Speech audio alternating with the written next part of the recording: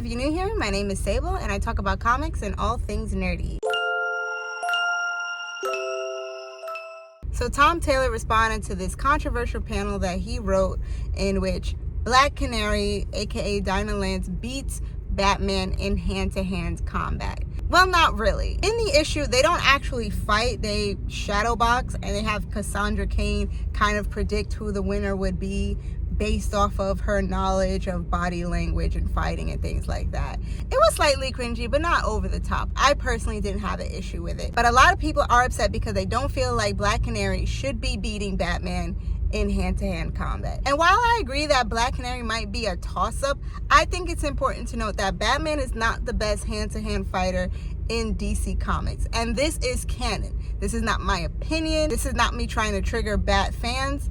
It is canon that people like Cassandra Cain, Lady Shiva, and a couple of others are better at hand-to-hand combat than Batman is. If you are a Batman fan, I don't think you should be offended by panels like this because Batman is a way better character when he isn't the best, when he's not the best fighter, when he's not the smartest person. I don't think that Batman's strength as a character comes from him being a super Chad in all these areas. I think Batman is the best when he's able to outsmart others using his wits. Batman is best when he is outnumbered or is outgunned and is still able to get the win regardless. I made a short recently about how I feel like it's a disservice to Batman to say that he always needs prep time in order to beat his opponents. I think that's unfair to his character, and I think this is kind of connected to that. I don't think that Batman needs to be the best fighter in the room to justify his being on the Justice League. I find that a lot of times with the non-powered characters, a lot of writers write them in an insecure way in which they need to be the best at something in order to justify them having a seat at the table. And I don't think that's necessary. Every member of the Bat family has their strengths and they have a reason for why they are important to the DC universe.